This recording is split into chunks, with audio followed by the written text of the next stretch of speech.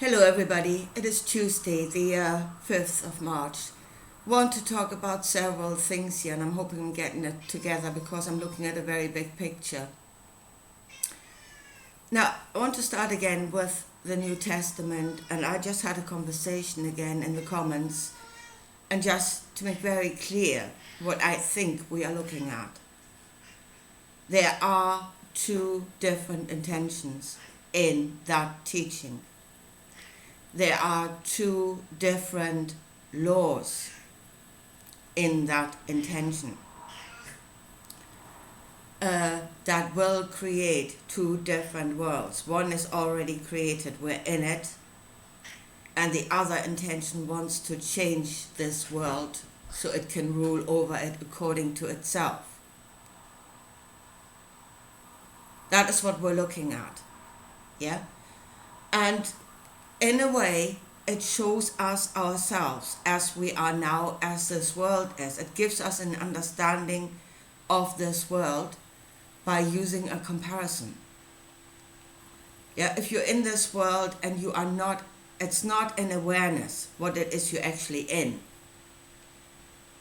and how this functions and what it is you should be doing. But if you bring in a comparison, or really, in a way, a threat to the order that is here, then what is here comes to awareness. And that is what's happening to us at the moment. Yeah, if we had understood this teaching a long, long time ago, we would not have needed to go through the physical reality of it, so experiencing it on this level. We could have done right a long time ago. But, as I said, this teaching was portrayed to us in the wrong way, where a judgment was made already for us which way we should go. And now we're all following blindly those that have made that judgment, and we're going to one possible outcome.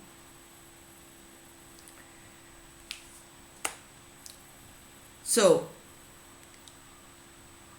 it is really the law of the intention. Yeah, if you want to build every world is a constructed out of all possibilities, and then those worlds have laws that will keep the construct going. And I have, at the beginning, or a while ago, I said that the Ten Commandments that were given on stone, written in stone, that they were common law, whether the other, I likened the other one onto corporate law, that which serves the intention. Actually, they're both corporate law, because there is an intention that built this world, that creates nature, that creates this world as it is. And that intention is for diversity, for all to live and thrive through cooperation with each other. That is the intention of this world, and that is the God of this world. That is the Spirit. That's the Spirit of cooperation, of balance, of different things can live together, and they can all receive as long as they stay in balance with everything else. There is the law. There is your boundary. That's as far as you can go. So that is the law of this world. And as I said, I likened it onto common law before, but if you enter into this world, and in nature, it is common to all of nature, and it should be common to us. But if you look at it deeper, it is actually a corporate law. It is the law of an intention of a God. That everything in this world works according to. apart from us at the moment, because again we are serving another God, a different intention, and that intention is not for diversity. That intention is not that all should thrive. That is the hive mind. And listen, if you liken it onto a beehive, you can very easily do that. Yeah? And then really see the intention in a beehive.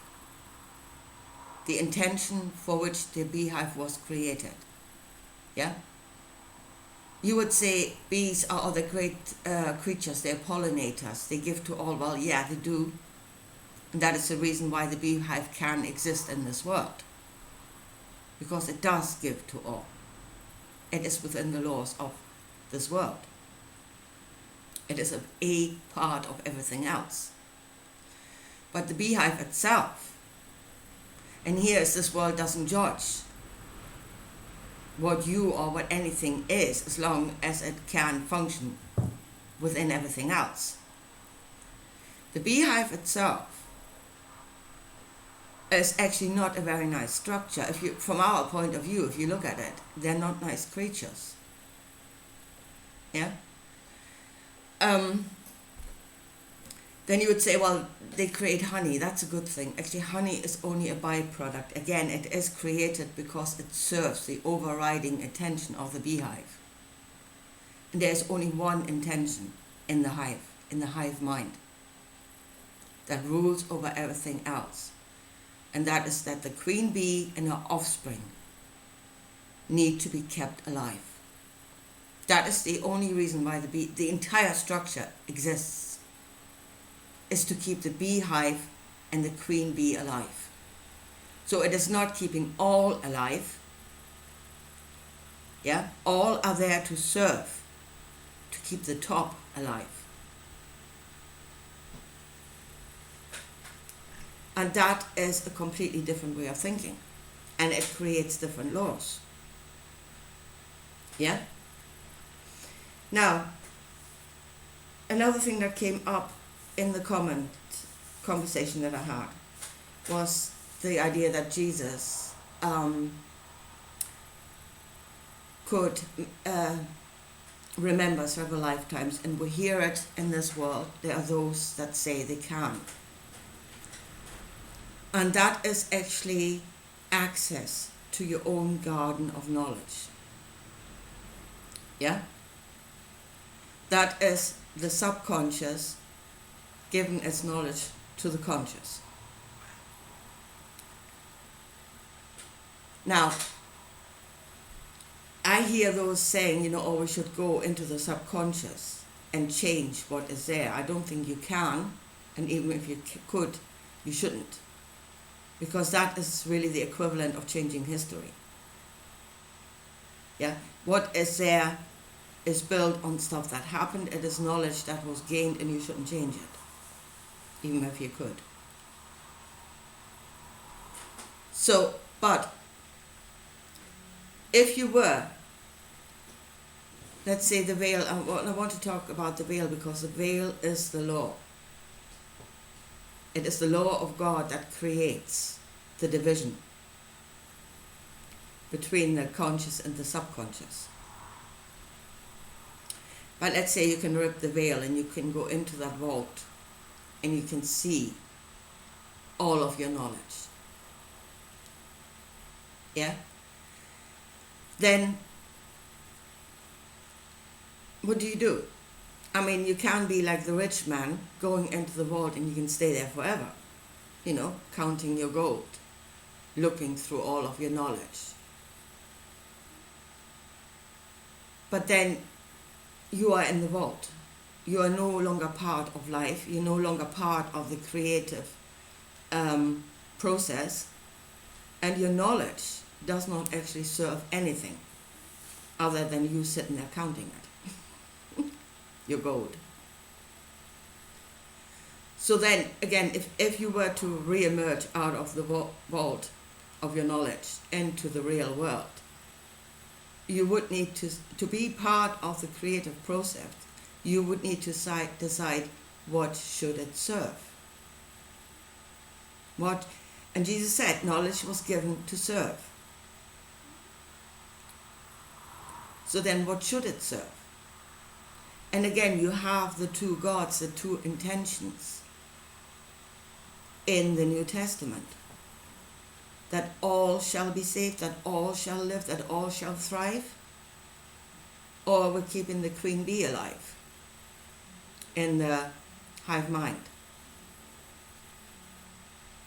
And that then creates a veil, because what is useful for one is not useful for the other. So then again you create the veil, and the only knowledge that comes out is that which will serve whatever God it is, whatever intention it is you're serving, you are serving.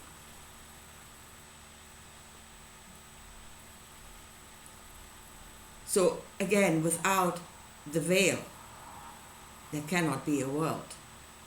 Again, it is the restriction of knowledge to serve something, and only then are you part of the creative process that will create a world. So it has to be there. It serves a purpose, the creation of a world and being part of a world.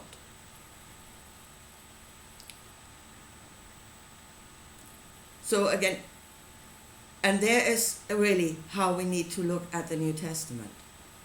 We were given a choice. Jesus taught two different ways, two different intentions, two different gods. And as I said, the church will only teach you one side. Go to the cross, deny yourself, be a servant to the kingdom of God that will come to earth. That the God of this world is in this world. This is his fruit, the fruit of his desire, of his intention, his nature. The other one will come and will impose with a rod of iron its intention onto this world. The pyramid will establish itself as the ruling form in this world, and it can only exist like the beehive if it is a part of everything else. It cannot be all. And I mean, of course, that is the intention, to have dominion, and that means you are all. And if you look at our history, and if you look at the buildings, all over the world, we're finding pyramids everywhere. This thinking, and again, you create a form outside according to what you're inside. So the pyramid, the built pyramid, stone pyramid, is an expression of what was inside of the thinking inside of them. So they have been here, they've tried many times. They have never prevailed, but the thought has never left this world. And it keeps coming back, and it keeps trying to build its structure. And then another thought I had is, again, the picture we see is an expression of what is on a spiritual level. So,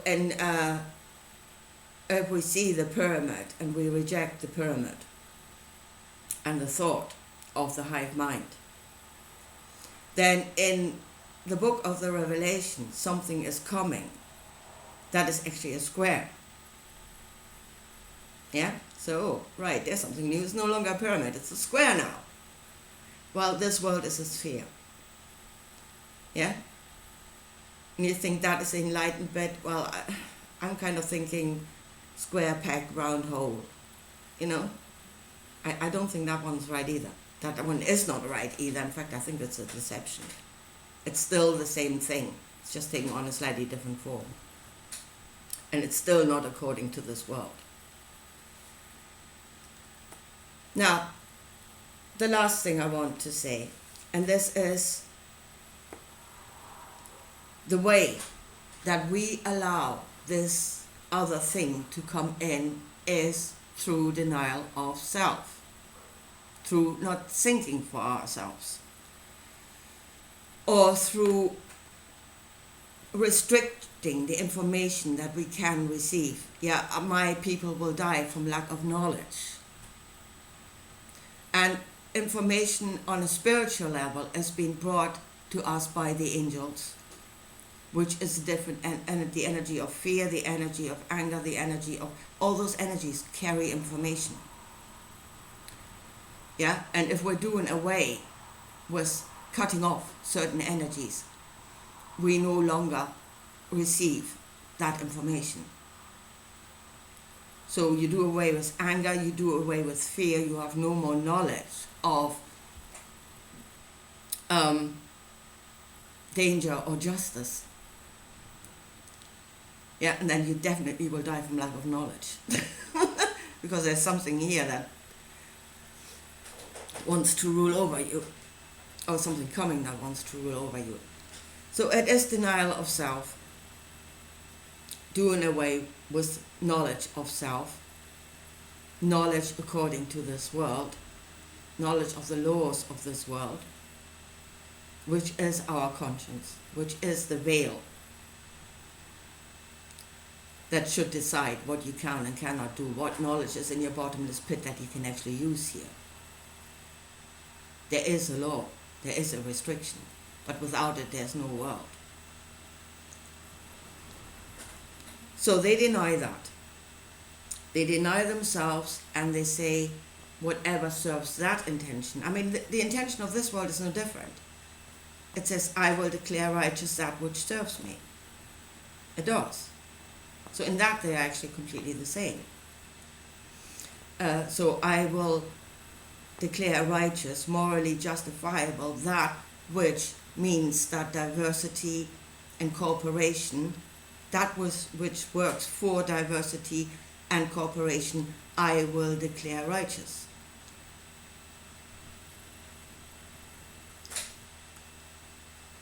But the other says, I will declare righteous that which serves the top of the pyramid, not all, the queen bee. And then you can actually, it will allow, at the moment, it will allow complete access because it serves it. Yeah? You can go full on into greed, you can do whatever, and I will declare it righteous because it serves me. God will dress in white linen, that which serves him, and at the moment it's complete access. Why? Because it will destroy the structure that is here. And it does at the moment. It completely destroys the structure. 10 Commandments, for instance, say, you shall not kill. Yeah? But then the other one says, well, I will declare it righteous.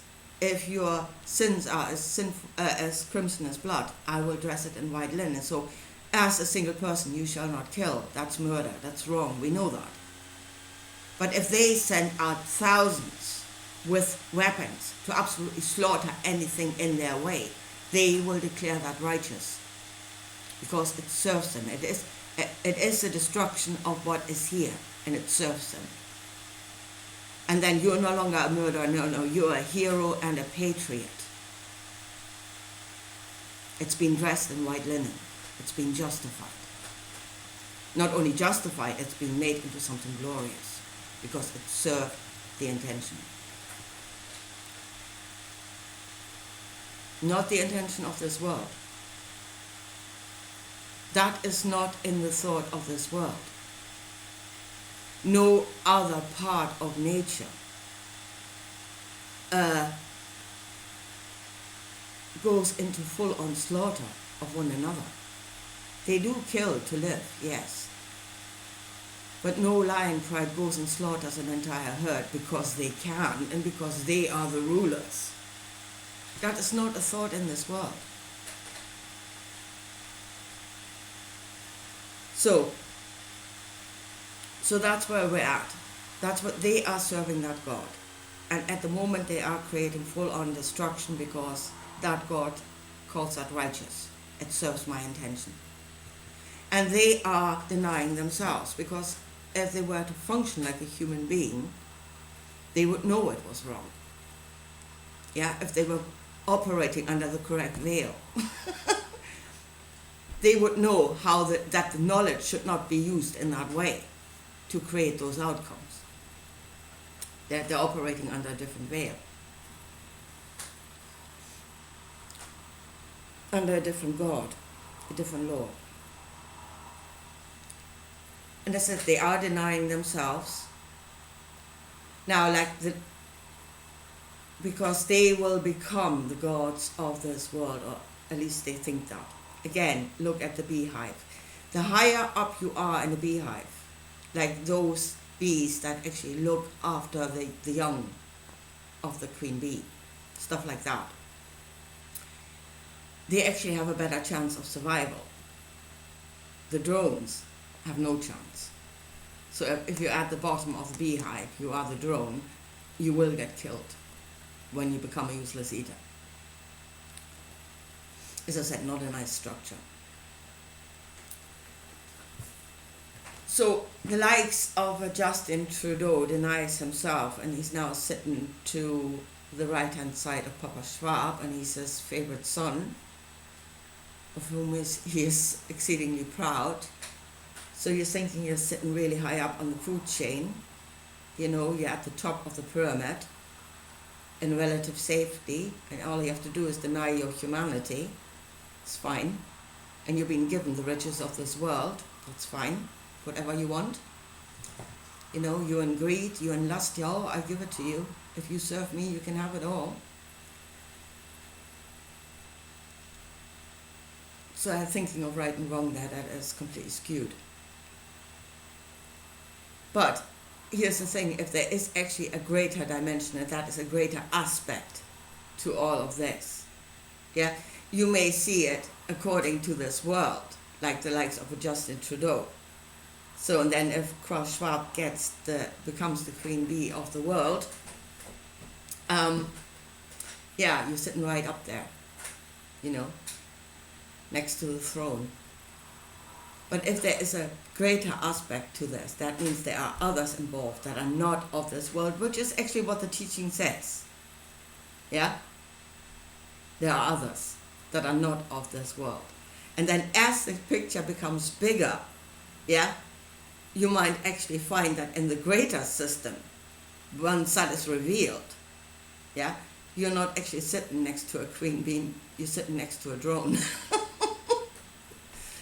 Which should be a really big oh shit moment for them.